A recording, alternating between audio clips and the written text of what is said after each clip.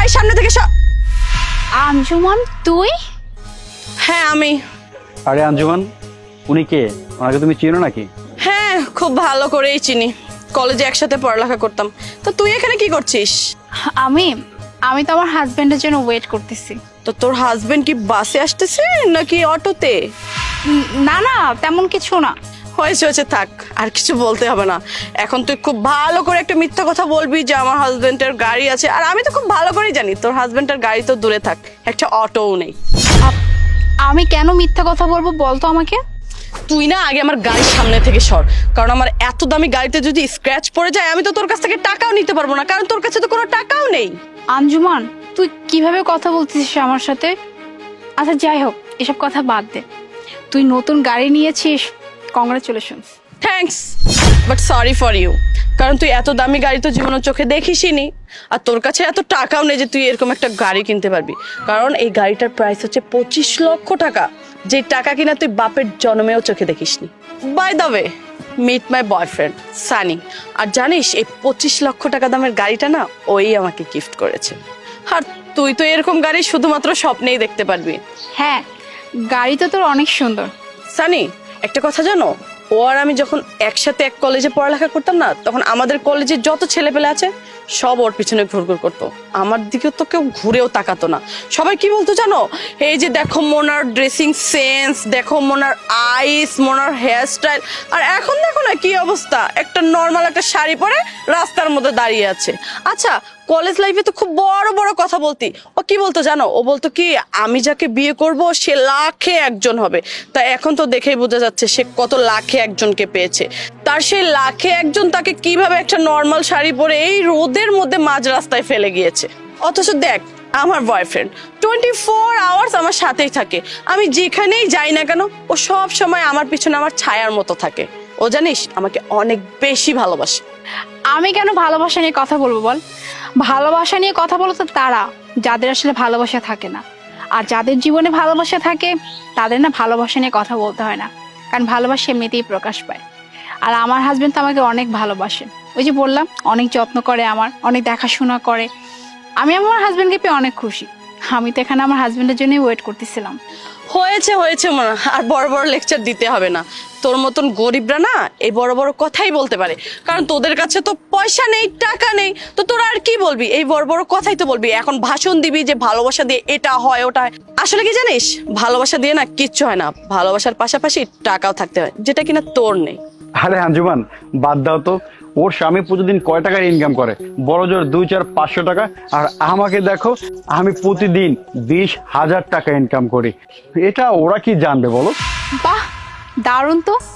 তার মানে তোদের তো অনেক ইনকাম, আর তোরা দুজন একসাথে আছিস, একসাথে অনেক হাসি খুশি আছিস। তাই আমি কি সাজেস্ট করি জানিস, তুই বিয়ে করে ফেল, তাহলেই ভালো। যেহেতু তোরা একসাথে আছিস, তোরা অনেক ভালো আছিস। আর তুই তো আমার ব্যাপারে জানতি, কলেজে থাকাকালীন আমার কোনো বয়ফ্রেন্ড ছিল না। আমি আসলে নিজে থেকে কোনো বয়ফ্রেন্ড করিনি, বিকজ আমি রিলেশনশিপ পছন্দ করতাম না। আমি তো ডিরেক্টলি বিয়ে করে ফেলেছি। তাই আমি বলি কি, তোরাও এক কাজ কর, বিয়ে করে ফেল, ভালো হবে। দেখ, আমি বিয়ে করব কি করব না সেটা বিষয় না তোর নাক গলানোর কোনো দরকার নেই। তুই নিজের অবস্থাটা দেখ না, তুই কলেজ লাইফে কি ছিলি আর এখন তোর অবস্থাটা কি। কলেজ লাইফে তোর ফিগার দেখলে না সব ছেলে ক্রাশ খেত, আর এখন দেখ, এখন যদি ওই ছেলেগুলো তোকে দেখে না উল্টো পায়ে দৌড় দিবে, বুঝতে পেরেছিস? আর একটা কথা কি জানিস, কলেজ লাইফে না তোকে দেখে না আমার অনেক জেলাস ফিল হতো, কারণ সব ছেলেরা তোর পিছনে ঘুরঘুর করতো, আমার দিকে তো কেউ চোখ তুলেও তাকাতো না। বাট একটা কথা কি জানিস, এখন তোকে দেখে না আমার মনটার ভিতর অনেক শান্তি লাগতেছে। আরে আঞ্জুমান, তুমি কি বলছো সব? হ্যাঁ, তুমি কোথায় আর ওরা কোথায় বলো? কি বললি তুই? কলেজে থাকা অবস্থায় তুই আমাকে জেলাস করতি? ভালোই হয়েছে রে, আজকে অন্তত তো জেনে নিলাম যে তুই আমাকে জেলাস করতি। আর তুই যেন কি বললি, হ্যাঁ, যে ছেলে বললে আমার পিছু পিছু ঘুরতো, ওই ছেলেগুলো যদি এখন আসে তাহলে রিগ্রেট ফিল করবে? কেন রে, কি খারাপ আছে আমার এই গেট আপে? শোন, একটা কথা বলি, ওইসব ছেলের রিগ্রেট ফিল করুক আর না করুক আমার কিছু যায় আসে না, কারণ আমার হাজবেন্ড আছে, আর আমার হাজবেন্ড না আমাকে অনেক ভালোবাসে। আচ্ছা, তা তোর হাজবেন্ড করেটা কি? হ্যাঁ, তোকে দেখে তো মনে হচ্ছে যে তোর হাজবেন্ড ছোটখাটো একটা জব করে হয়তোবা, তাই তো তোর এই অবস্থা। আচ্ছা, তোর হাজবেন্ড করেটা কি? হ্যাঁ শুনি, তোকে দেখে যা মনে হচ্ছে তোর হাজবেন্ড হয়তো ছোটখাটো একটা জব করে যেখানে কিনা 10,000 অথবা 15,000 টাকা বেতন পায়, আর আমার বয়ফ্রেন্ড জানিস পার ডে 1 লক্ষ টাকা ইনকাম করে। তাহলে তুই হিসাবটা মিলিয়ে নে মাসে কত টাকা ইনকাম করে আমার বয়ফ্রেন্ড। আর একটা কথা কি জানিস, এই যে গাড়িটা দেখছিস না, এরকম আরো একটা গাড়ি আমরা এই মাসেই কিনবো। 30 লাখ টাকা মাসে ইনকাম করে এরকম একটা সস্তা গাড়ি নিয়ে এত ভাব। অবশ্য কিছুক্ষণ আগে না আমার খারাপ লেগেছিল যে তুই আমার কলেজে থাকাকালীন আমাকে নিয়ে অনেক জেলাস করতি, কিন্তু এখন কি মনে হচ্ছে জানিস, এখন মনে হচ্ছে তুই যদি ওই সময় জেলাস না করে তুই যদি নিজে পড়াশোনা ঠিকঠাক মতো করতি, নিজের পায়ে নিজে দাঁড়াতি, তাহলে তুই আজকে একজন ওয়েল এস্টাবলিশ হতি, নিজের টাকায় নিজে চলতি, নাকি এরকম বয়ফ্রেন্ডের টাকা চলতে হতো না খেতে হতো। আর কিছুক্ষণ আগে যেন কি বলছিলি, হ্যাঁ আমি এরকম শাড়ি কেন পরছি, সস্তা একটা শাড়ি, আমার গেট আপ কেমন হয়ে গেছে, এখানে খারাপের কি আছে? আমি শাড়ি পরেছি, হ্যাঁ, আর শাড়ি হলো আমাদের দেশের একটা সংস্কৃতি পোশাক। কি মনে করেছিস এরকম ওয়েস্টার্ন আউটফিট পরলে, শর্টস ড্রেস পরলে খুব আপডেট হওয়া যায় না, খুব ভালো লাগে দেখতে, আর এরকম শাড়ি পরলে খুব সস্তা দেখায়, খুব লো কোয়ালিটি দেখায়, কোনো মূল্য থাকে না, তাই না? ও প্লিজ মুখটা না এখন একটু বন্ধ কর, বুঝতে পেরেছিস? সংস্কৃতির নাম করে না এত বড় বড় লেকচার দিতে হবে না। তোর হাজবেন্ড তোকে এইভাবে রেখেছে বিধায় তুই এভাবে চলছিস। আমি কোনো বাহানা বানাচ্ছি না, বাহানা বানানোর কোনো প্রয়োজনই নাই। কেন জানিস? কারণ আমার হাজবেন্ড এমন একজন মানুষ আজ অব্দি কোনো কিছুতে না আমাকে বাধা দেয় নাই। সে সবসময় বলেছে তোমার যা কিছু পছন্দ হয় তুমি পড়ো, আমার দিক থেকে কোনো অবজেকশন নাই। শুধু আমার হাজবেন্ড কেন, তুই জানিস আমার শাশুড়ি পর্যন্ত এই কথা বলেছে তুমি যে ড্রেস পরতে পছন্দ করো তুমি সেই ড্রেস পরো, আমাদের ফ্যামিলি থেকে এই নিয়ে কোনো অবজেকশন নেই। তোমার কমফোর্ট জোন আগে, ওই যে কমফোর্ট জোন। তো খুব ভালো করে জানিস যে আমি সব সময়ের জন্য না এরকম সিম্পলি ড্রেস আপ পরতে পছন্দ করতাম। আমি নিজে শাড়িতে অনেক কমফোর্ট ফিল করি, দ্যাটস আমি এরকম শাড়ি পরি। এই বলে না যে আমার হাজবেন্ড আমাকে না করে, আমার হাজবেন্ডের টাকা নাই তাই আমি এরকম শর্ট শর্ট ড্রেস পরতে পারি না, এমন কিছু না। ও আচ্ছা তাই বুঝি?